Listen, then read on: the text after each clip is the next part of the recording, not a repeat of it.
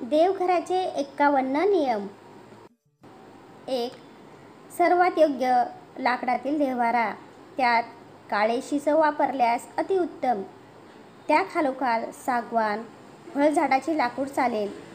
जंगली लाकूड वापरू नये, कारण देव्हाऱ्याला चिरा पडू नयेत. घरातील देव्हाऱ्याला कळस नसावा. 2. देवघर वरून नेहमी चपटे असावे. 3. देवघर ईशान्य कोपऱ्यात असायला पाहिजे. 4. हे शक्य नसेल तर पूर्व किंवा पश्चिम दिशेला असायला पाहिजे.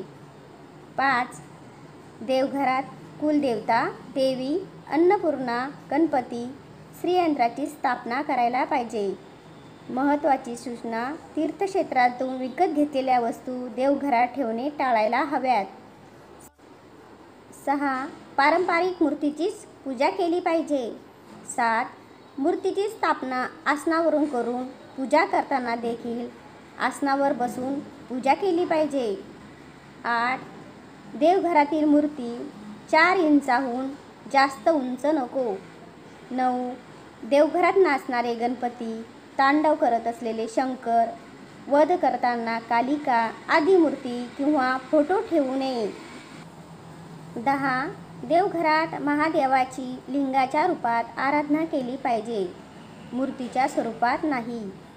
11. पूजा करताना तोंड उत्तर किंवा पूर्वेकडे असायला पाहिजे.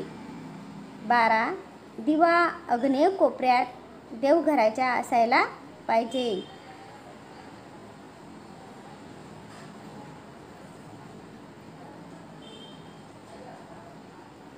13. पाणी उत्तरेकडे ठेवायला पाहिजे. 14. पूजेत शंख, घंटीचा उपयोग जरूर करावा. 15. निर्माल्य, पुष्प, नारळ इत्यादी पूजेनंतर विसर्जित केले पाहिजे.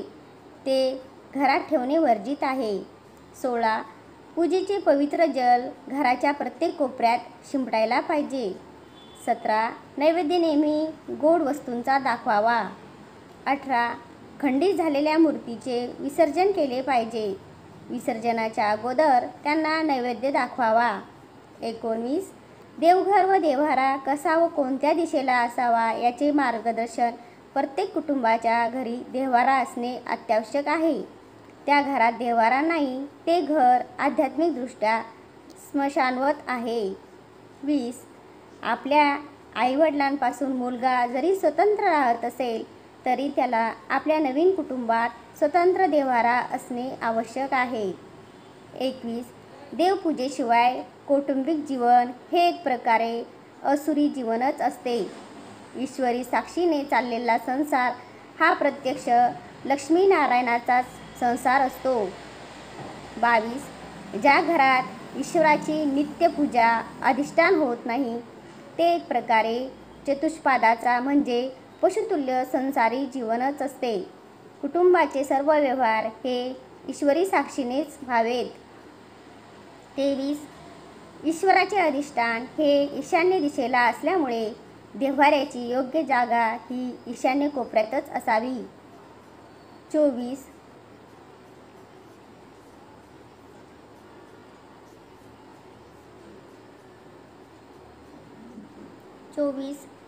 वास्तूच्या ईशान्य कोपऱ्यात देव्हाऱ्याचे तोंड पश्चिमेस असले तरी चालते. 25. ईशान्य कोपरा शक्य नसल्यास पूर्व पश्चिम तोंड करून देव्हारा चालेल, परंतु शक्यतो ईशान्य कोपराच हवा. देव्हारा वास्तूच्या अगर त्या खोलीच्या दक्षिण भिंतीजवळ, अगर नैऋत्य कोपऱ्यात केव्हाही देव्हारा शयनगृहात सुद्धा नसावा. जर शक्य नसेल असू नये असल्यास अतिपीडा उद्भवतात. 26. पूजा घराच्या वर अगर खाली शौचालय अजिबात नसावे. 27. देवाचे फोटो दक्षिण भिंतीला लावू नयेत. पशु पक्षी, महाभारताचे युद्धप्रसंगाची चित्रे लावू नयेत. 28. देव्हाऱ्याचे अगदी समोर तिजोरी नसावी. 29. पूजा घराच्या प्रवेशद्वारासमोर देवांचे फोटो अजिबात लावू नयेत. 30. पूजा घरास उंबरठा अवश्य असावा. आपण फ्लॅटमध्ये राहत असाल तर तो भिंतीवर बसू शकता, फक्त त्याच्या खाली लाकडी फळी ठोकून घेणे.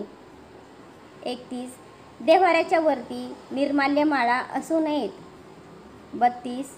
पूजाघर भिंतीत करू नये. अगर देव्हारा संपूर्ण भिंतीत चिकटवून ठेवू नये. पूजाघरात अडगळीच्या वस्तू ठेवू नयेत. 33. प्राचीन मूर्त्याचे भग्न अवशेष पूजाघरात ठेवू नये. देव्हाऱ्यात कमीत कमी मूर्ती अगर तसबिरी असाव्यात. 34. कुलदेवीचा टाक, मूर्ती अथवा तसबीर, इष्टदेवतेचा फोटो अगर मूर्ती,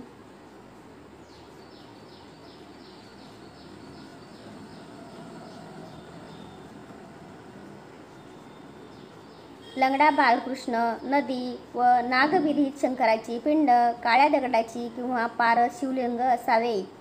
35. एकाच देवाच्या 2 अगर जास्त मूर्ती पूजेत असू नयेत. त्या दोन्ही एकही कार्य करीत नाही. मात्र एकाच देवतेची मूर्ती व तसबीर, फोटो असेल तर हरकत नाही. 36. दत्तक गेलेल्या घराण्याचे अगर बुडीत घराण्याचे वंशज देवघरात अजिबात पूजा करू नये. ते सर्वच विधिवत विसर्जन करून नवीन देव करावेत. सोन्याचे देव असतील तरीही विसर्जन करावे, नाहीतर पूजकाची सुद्धा वंशबुडी होते. 38. संसारी माणसाने मारुतीची देव्हाऱ्यात पूजा करू नये. कुटुंबाचा वंश खंडित होण्याची शक्यता असते. 39. देव्हाऱ्यात शनीची सुद्धा पूजा करू नये. सर्व जीवन संकटमय अति उदास राहते. 40. घरात मारुतीचा फोटो कुठेही असल्यास चालेल, पण देव्हाऱ्यात नको.